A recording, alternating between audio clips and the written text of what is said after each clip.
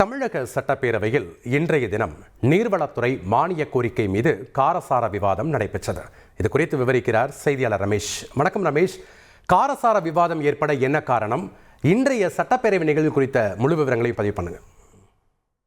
தமிழக சட்டப்பேரவையில் இன்றைக்கு நீர்வளத்துறை மீதான மானிய கோரிக்கை விவாதம் அப்படிங்கிறது நடைபெற்றது.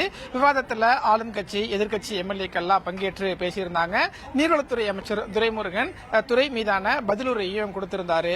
விவாதத்தில் எதிர்க்கட்சி தலைவர் எடப்பாடி பழனிசாமி பேசும்போது அண்டை மாநில முதலமைச்சர்களோடு திமுக அரசு நட்புணர்வோடு இருக்கிறதுனால முல்லை பெரியாறு காவேரி போன்ற நதிநீர் விவகாரத்தில் பேசி தீர்வு காண வேண்டும் அப்படிங்கிற ஒரு தகவலை பேரவையில் பதிவு பண்ணியிருந்தாரு. அப்போ அமைச்சர் துரைமுருகன் அதற்கு என்ன சொன்னாரு அப்படின்னா, அண்டை மாநில முதலமைச்சர்களோடு நிறைய பேசிட்டோம், பேசி முடிச்சிட்டு தான் உச்சநீதிமன்றத்தையே நாடி இருக்கோம். இனிமேலும் அண்டை மாநில முதலமைச்சர்களோடு பேசினா எல்லாம் அது வந்து வைதி ஒரு பிளாட் வாங்கணுமா இல்ல ஒரு பிளாட் வாங்கணுமான்னு ஒரே கன்ஃபியூஷன். ஒரு ரியல் எஸ்டேட் எக்ஸ்பர்ட் கிட்ட பேசு. எப்படி? பாஸ் வாலா பி தி பாஸ். கெட்டு போயிடும் அப்படிங்கிற ஒரு தகவலை பேரவையில் பதிவு செஞ்சிருந்தாரு. அதே மாதிரி தமிழக அரசினுடைய அனுமதி இல்லாம எந்த கொம்பனாலும் மேகதாதுவில் அணை கட்ட முடியாது அப்படிங்கிற ஒரு தகவலையும் பேரவையில் திட்டவட்டமா தெரிவிச்சிருந்தாரு.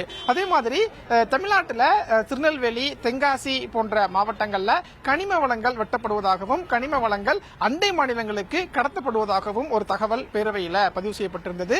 இதற்கும் பதிலளித்த அமைச்சர் துரைமுருகன் திருநெல்வேலி தென்காசி போன்ற மாவட்டங்கள் கனிம வளங்கள் அண்டை மாநிலங்களுக்கு கடத்தப்படுவதா வெளியாகும் செய்தி முற்றிலும் தவறு. கனிம வளங்களுக்கென்று உரிமை தொகை பசுமை தொகை போன்ற வரி செலுத்திவிட்டு தான் அண்டை மாநிலங்களுக்கு கனிம வளங்கள் அப்படிங்கிறது எடுத்து செல்லப்படுகிறது. எனவே தமிழகத்தில் கனிம வளம் கொள்ளை அப்படிங்கிறது நடக்கவே இல்லை அப்படிங்கிற ஒரு தகவலையும் பேரவையில் பதிவு செஞ்சிருந்தாரு. அதே மாதிரி நீர்வளத்துறை மீதான புதிய அறிவிப்புகளையும் அமைச்சர் துரைமுருகன் இன்றைக்கு வெளியிட்டிருந்தாரு. குறிப்பா தமிழகத்தில் 21 இடங்கள்ல 374 கோடியில தடுப்பணைகள் கட்டப்படும் அப்படிங்கிற ஒரு தகவலையும், அதே மாதிரி சென்னை மற்றும் புறநகர் மாவட்டங்கள்ல வெள்ள நீர் தடுப்புக்காக 338 கோடி ரூபாய் நிதி நீர்வள மேலாண்மை சார்பில் மேற்கொள்ளப்படும் அப்படிங்கிற ஒரு தகவலையும் பதிவு செஞ்சிருந்தாரு. இவ்வாறாக நீர்வளத்துறை மானிய கோரிக்கை அப்படிங்கிறது இன்றைக்கு பேரவையில் நடந்தது. நாளைய தினம் நகராட்சி நிர்வாகம் மற்றும் குடிநீர் வழங்கல் துறை மீதான மானிய கோரிக்கை விவாதம் அப்படிங்கிறது நடக்க இருக்கிறது. நன்றி ரமேஷ், உங்களுடைய விவரங்களுக்கு.